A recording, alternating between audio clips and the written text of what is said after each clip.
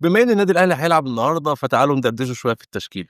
انا شايف ان اللي هيبدا النهارده في حراسه المرمى، وانا اتمنى ده، مع اني ما كنتش متوقع خالص الشناوي هو اللي يبدا في حراسه المرمى. مش معنى كده ان شوبير وحش، ولكن انا عايز الشناوي يبدا لسبب واحد بس، ان الاهلي ما يفضلش يبني الهجمات من تحت بس. لو شوبير هو اللي بدا هنفضل نبني الهجمات من تحت، انما لو الشناوي بقى بدا عنده شوية خبرة في الموضوع ده، إن هو لو مثلًا مضغوطين ممكن يعمل كورة طويلة، ممكن الكلام ده. إنما شوبير دايمًا بيختار إن هو يبدأ الهجمة من تحت ويباظي من تحت على حسب كلام المدرب، فييجي هنا فرق الخبرة بين شوبير والشناوي. نيجي بقى لل4 اللي تحت، باك يمين محمد هاني وباك شمال كريم فؤاد، والاتنين المساكين هم ياسين مرعي وياسر إبراهيم. نيجي بقى في الحتة اللي في النُص دي اللي هي عاملة مشاكل جامدة جدًا في النادي الأهلي.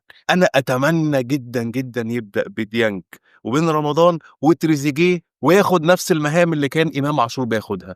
هو تريزيجيه هيعرف يلعب في الحتة دي أحسن ما يلعب في الجنب الشمال. ونيجي بقى في ال3 اللي قدام، زيزو على اليمين ومحمد شريف أو جراديشار راس حربة، والجبهة الشمال يبدأ ببن شرقي. وكده الخطة تبقى متكاملة وهنشوف كورة حلوة. أتمنى إن هو يبدأ بالتشكيلة دي، وأنت يا صديقي لو شايف في مركز لازم يتغير في التشكيلة دي اكتب لي في الكومنتات.